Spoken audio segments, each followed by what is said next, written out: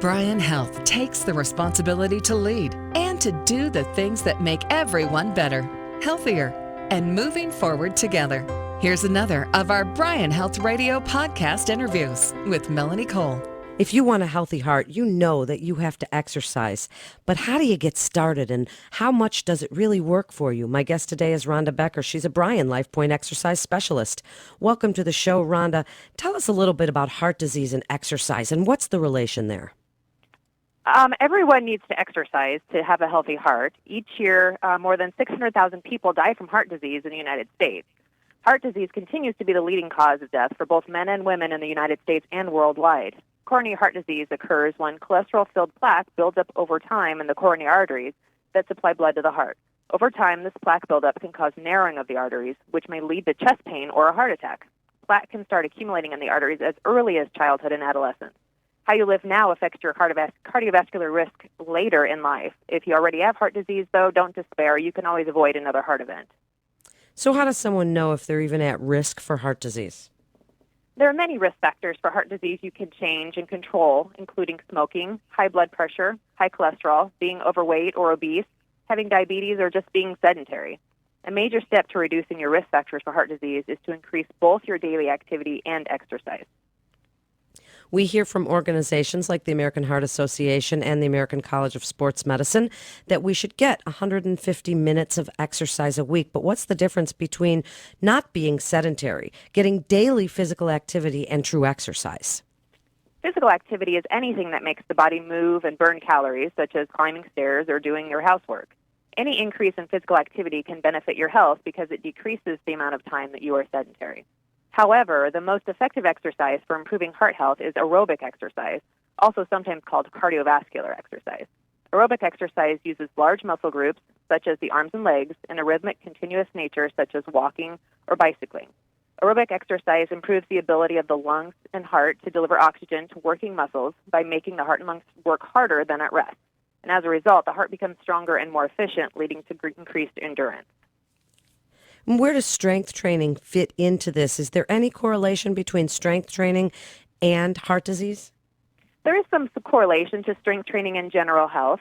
However, we found that the greatest thing to prescribe for people who are really worried about heart disease is to do the aerobic activity, to not be sedentary, and then to just mix that strength training into their daily activity.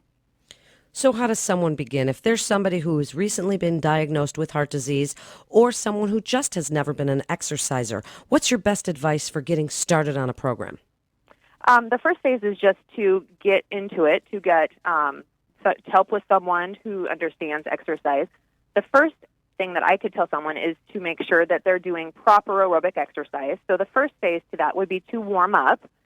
This phase allows you to transition from rest to activity. So just as you allow your car to warm up when it's cold outside and prevent damage to the engine, a warm-up is going to lessen stress placed on your heart and your muscles and help prevent injury.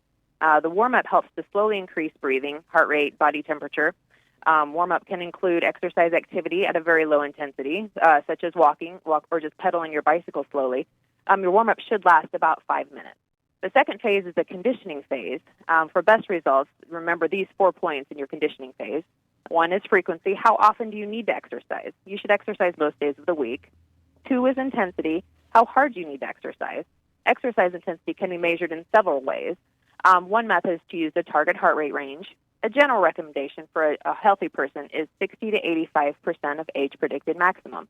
Well, what is your age predicted maximum? Well, you can figure that by taking 220 minus your age. So a 30-year-old person would have a heart rate maximum of 190 and an exercise range of 124 to 161.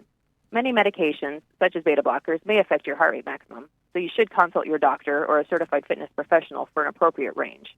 Another method is to use the Borg scale, which is the subjective way to rate your perceived exertion or how hard you feel you're working. During moderate exercise, you should have a perceived exertion of fairly light to somewhat hard, and during vigorous exercise, somewhat hard to hard. The talk test can be used to monitor how hard you're working as well. You should only be able to speak a full sentence when you're exercising. If you can only gasp a few words, then you are exercising too hard. If you can carry on a marathon conversation or sing along with the radio, you're exercising too lightly. Duration. How long do you need to exercise? To get the most benefit, you should exercise aerobically 30 to 45 minutes most days of the week. If you can't exercise 30 minutes at once, don't worry. You can still gain some benefit from exercising 2 to 3 sessions of 10 to 15 minutes. Just do what you can and increase the minutes gradually until you reach your goal. Type of activity is also important. There are many types of aerobic activity. Remember, it must contain large muscle groups and be continuous. Walking for 30 minutes without stopping is aerobic. Shopping is not aerobic. There's just too much stopping and starting. However, remember that's still better than sitting on the couch. You can also vary your activity by participating in more than one activity. For example, a combination of walking, swimming, and cycling strengthens several muscle groups and will prevent you from becoming bored. The last phase is cool down. This phase allows your body to recover from the conditioning phase. The goal is for the heart and blood pressure to return to its near resting value. Cool down does not mean sit down. You wouldn't want to take your nicely warmed up car and slam your brakes on at the stoplight. No, you need to sit. You would need to slow down first. In fact, you should never stand still, sit, or lie down immediately after exercise. This may cause you to feel dizzy, lightheaded, or have some palpitations. During cool down, you should slowly decrease the intensity of your activity, such as walking or pedaling slower. Like the warm-up phase, it should last about 5 minutes.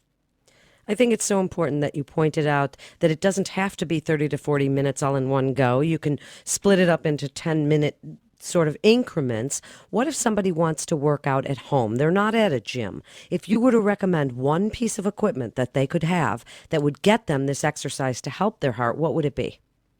Well, for most people, having a pair of exercise shoes would probably be the best thing for them. You can walk around your house. You can march in place. You can go for a walk outside. You don't have to go to a gym to do these activities. Anything that you feel comfortable doing, anything that you like to do is the best thing for you. And in regards to heart disease, when you do exercise, what happens if you have existing heart disease? And what symptoms would you like them to kind of keep aware of, red flags while they're exercising that might signal something's wrong? Sure. It's always important to note that you should not feel any chest discomfort, any lightheadedness, dizziness, or nausea during exercise. If you do have any of those symptoms, that should always be reported to your physician.